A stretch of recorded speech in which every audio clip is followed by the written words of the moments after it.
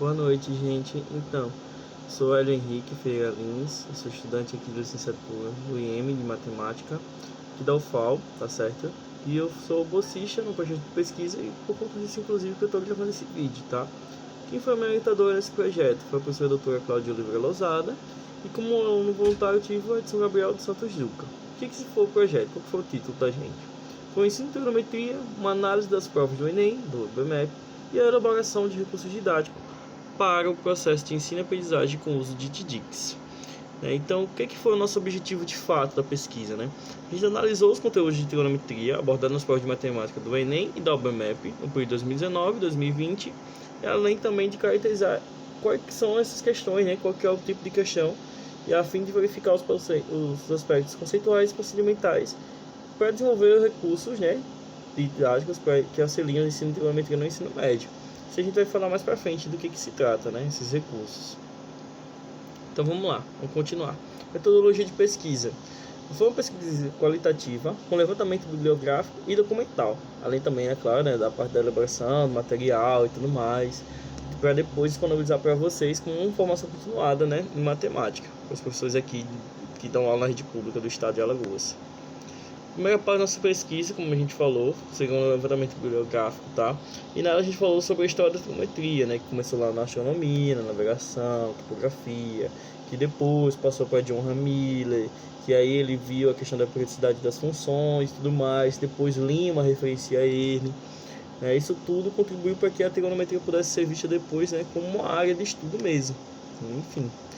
Passando para a questão da dificuldade dos alunos, a gente viu que a principal dificuldade é a aplicação. Os alunos eles não conseguem ver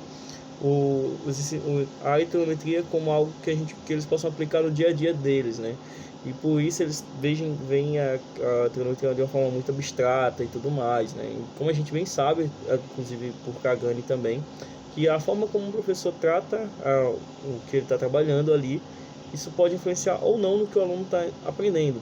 Então, se o aluno vê que o conteúdo não tem uma aplicação prática, o professor está ensinando de uma forma diferente e tal, do que deveria, ele não vai conseguir entender por conta disso, Então, foi por conta disso que a gente decidiu fazer essa pesquisa, para poder ajudar esses professores a ganhar os seus alunos na área de trigonometria, A segunda parte foi a análise da BNCC e nos livros didáticos de ensino médio.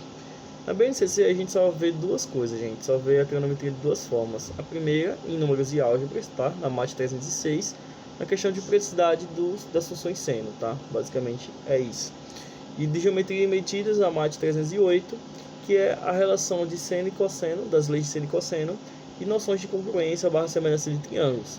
Ou seja, é realmente muito escasso, porque não fala basicamente de nada do que a gente deveria ver realmente em trigonometria, Quem estuda trigonometria e tudo mais no curso superior sabe que trigonometria é muito pouco, que essa trigonometria é muito pouco, para se estudar no ensino médio, aí acaba tendo muito problema. Depois disso a gente viu a questão dos livros, A gente analisou dois livros, o Interação da Matemática, da editora Brasil, e Matemática nos Dias de Hoje, pela editora SEI. E basicamente o que a gente viu nelas? Que as duas abordam abordagens históricas contextualizadas, questão da interdisciplinaridade também. Contudo, a coleção C ela tem tarefas muito mais elaboradas, tem um aprofundamento muito melhor dos temas e das aplicações. Ou seja, a gente recomenda muito mais essa segunda parte, esse segundo livro. Essa é a parte da pesquisa, análise da prova do BMEP e da Enem, Na prova do Enem, no ano de 2019, melhor dizendo, a prova do Enem teve somente duas questões, a questão 166 e 177, uma de nível fácil, outra de nível difícil, E no ano de 2020, duas questões de novo, só que as duas são de nível fácil, a questão 179 e 180. A prova da OBMEP. A da OBMEP, ela não teve aplicação em 2020 pela questão da pandemia de Covid-19, então a gente só pegou o ano 2018, 2018 e 2019. Em 2019, na primeira e na segunda fase, houveram três questões, sendo duas na primeira questão, a questão 11 e 12, e a questão 4 na segunda fase. Uma de nível difícil, uma intermediária / difícil e outra de nível fácil. E no ano de 2018, nas duas fases, houveram duas questões, Uma foi a questão 9 da primeira fase e a outra foi a questão 4 da segunda fase, Uma sendo de nível intermediário, outra fácil / intermediário. O que a gente levou em conta para poder definir isso? Esse aspecto, gente. O que o aluno precisasse de procedimento, de conceito, de abstração, de de cálculo mesmo, de conhecimento prévio de trigonometria, a gente considera isso como válido na hora de classificar como fácil, intermediário ou difícil, tá? E uma coisa que eu não falei é que nas provas da UEMAP, todas elas têm 26 questões na primeira fase e na outra são 10. Quarta parte da pesquisa, levantamento de jogos digitais e de tabuleiro. Os jogos digitais a gente selecionou 3, tá certo? Foram 3 critérios, desculpa. Que foi acessibilidade, interatividade e a possibilidade de correlação entre conceitos de geometria. O problema que a gente teve foi que todas as páginas eram, infelizmente, em inglês, então a gente tinha que traduzir ali através da extensão do Chrome. E uma coisa também boa é que ambos os jogos eles podem ser acessados tanto pelo computador quanto pelo celular também. Os 3 jogos que a gente selecionou foram o Rocket Angles, Pythagorean Explorer e Trig Hater Race.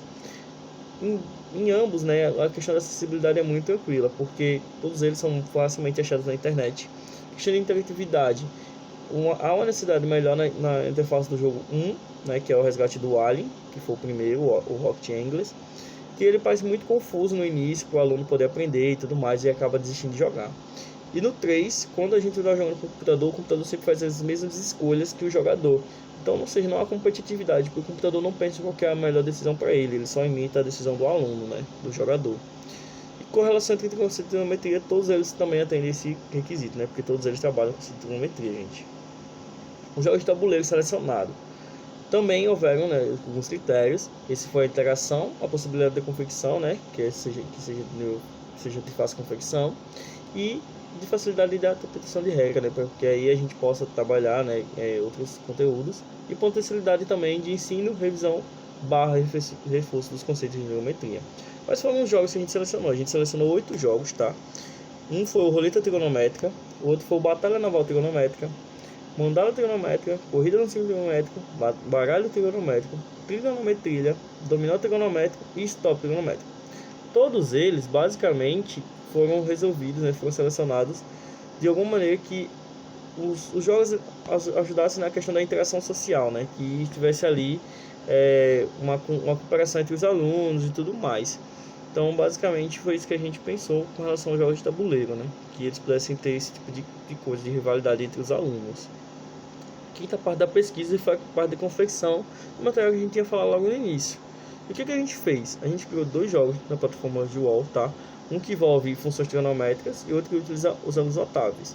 O FunShow, que foi o primeiro, consiste no jogo de quiz com perguntas sobre funções trigonométricas. E o outro, que é similar ao antigo jogo conhecido como Pac-Man.